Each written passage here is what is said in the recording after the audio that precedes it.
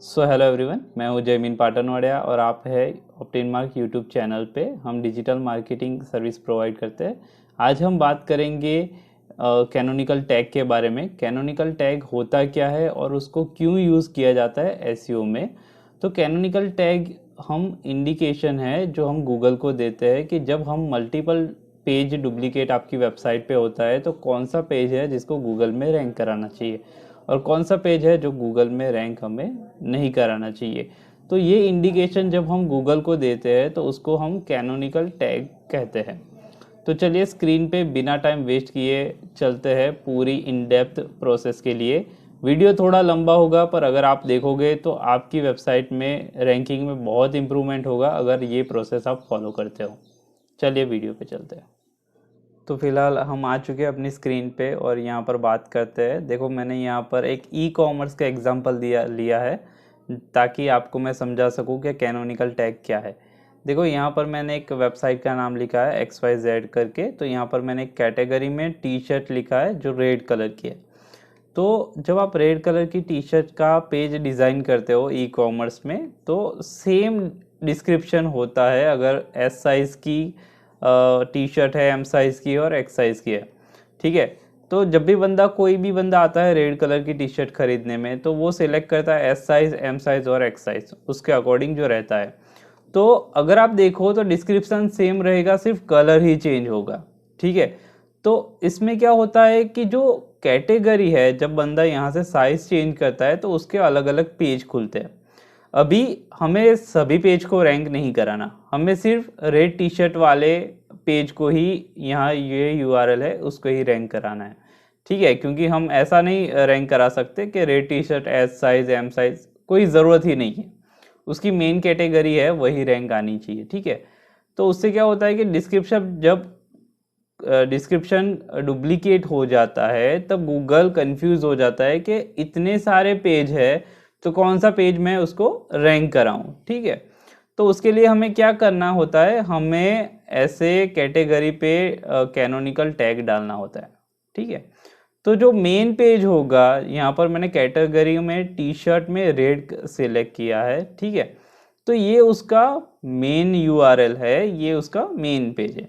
अगर आप बाकी सारे एम साइज है, एस साइज है वाली कैटेगरी में जाओगे तो भी सब कुछ डिस्क्रिप्शन वो सब कॉमन रहता है। ठीक है। तो हम गूगल को इंडिकेट करेंगे कि ये हमारा मेन पेज है और बाकी जो एम साइज, एस साइज है वो उसके डुप्लीकेट पेज हैं। तो यहाँ पर हम क्या करेंगे कि जो ये उसका फॉर्मूला है लिंक रेल, कैनोनिकल, href और यहाँ पर आपको यूआरएल डालना होता है। ठीक है। जो मेन यूआरएल होता है उसी के पेज पे कैनोनिकल करके मेन यूआरएल होता है और जो डुप्लीकेट पेज होते हैं उस पे भी आपका मेन पेज का यूआरएल होता है। तो इससे हम इंडिकेशन दे रहे हैं गूगल को कि हमारा ये मेन पेज है और बाकी सारे डुप्लीकेट पेज है। ठीक है। और इसी कैटेगरी को वो रैंक कराए। देखो यहाँ पर आप यूआरएल देखोगे ये वाला है तो हम उसको इंडिकेट कर रहे हैं कि ये वाला ही रैंक होना चाहिए। तो आपको मेन पेज पे भी कैनोनिकल टैग डालना रहता है और बाकी डुप्लीकेट पेज पर भी कैनोनिकल टैग डालना रहता है। अभी मैं आपको प्रैक्टिकल, क्लाइंट की एक वेबसाइट है जहाँ पर मैं आपको प्रैक्टिकली बताता हूँ ताकि आपको इन डेप्थ में समझ आए। देखो ये हमारे क्लाइंट की वेबसाइट है स्प्रूस इंडिया करके। ठीक है। ई कॉमर्स की वेबसाइट है। उनकी वेबसाइट पे जाके हमने देखा, देखो यहाँ पर question mark page is equal to 2। ठीक है। ये उसका एक यूआरएल है और सेम यूआरएल दूसरा है। तो ये हमारा मेन यूआरएल था और ये उसका डुप्लीकेट यूआरएल था। ठीक है। तो हमने क्या किया कि यहाँ पर डुप्लीकेट यूआरएल का एक लिस्ट बना लिया और मेन यूआरएल का एक लिस्ट बना दिया। उसके बाद क्या होता है कि हमें ये फॉर्मूला ऐड करना होता है हर एक पेज पे। ओरिजिनल पेज पे भी ऐड करना है और जो डुप्लीकेट पेज है उस पे भी हमें ये कैनोनिकल टैग ऐड करना है। ठीक है। अगर आप वर्डप्रेस यूज़ करते हो तो जिस पेज पे आपने योस्ट अगर डाला होता है तो नीचे अगर आप जाओगे वर्डप्रेस के सेक्शन में तो एडवांस सेक्शन आता है। हम योस्ट यूज़ कर रहे हैं तो एडवांस सेक्शन में कैनोनिकल टैग आता है, तो हमें यहाँ पर कैनोनिकल टैग डालना होता है। ठीक है, देखो नॉर्मल कैनोनिकल हर वेबसाइट में डलता है, क्योंकि अगर आप देखा जाए, ठीक है, तो कोई क्लाइंट की वेबसाइट ओपन करोगे तो www.xyz.com, ठीक है, किसी में www. नहीं होता, किसी में http होता है, तो हम कैनोनिकल टैग डालते हैं कि हमारा मेन URL xyz.com है, जिससे गूगल को इंडिकेशन मिलता है कि ये मेन URL है, बाकी सारे URL को रैंक नहीं करना। तो हम यहाँ पे कैनोनिकल टैग डाल सकते हैं आपका जो URL रहता है उस पर। ठीक है, ये मैंने एग्जांपल बता दिया।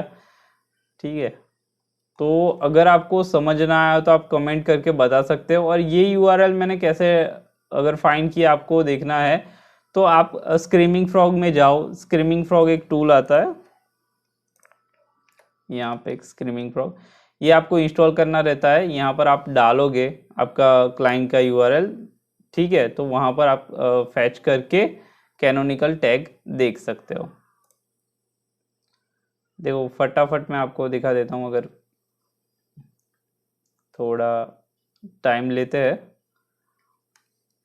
ठीक है, मैं यहाँ से क्लाइंट का एक वेबसाइट का URL ओपन करता हूँ। ये ज़्यादातर इश्यू ई-कॉमर्स की वेबसाइट में आता है। ये स्क्रीमिंग फ्रॉग में मैंने स्कैन करने के लिए रख दिया है, थोड़ा टाइम लेगा। यहाँ पर आपको कैनोनिकल ऑप्शन मिलेगा।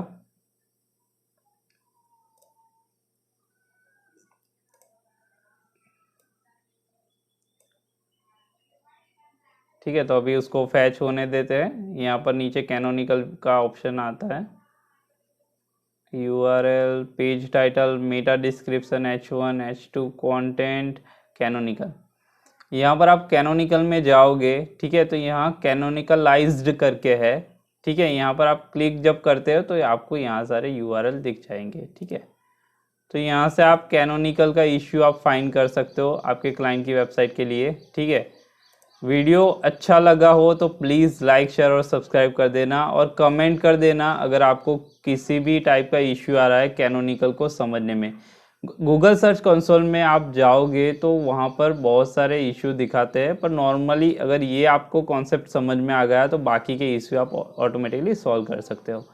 तो कमेंट करना मत भूलिएगा और लाइक, शेयर, सब्सक्राइब कर दीजिएगा। Thank you.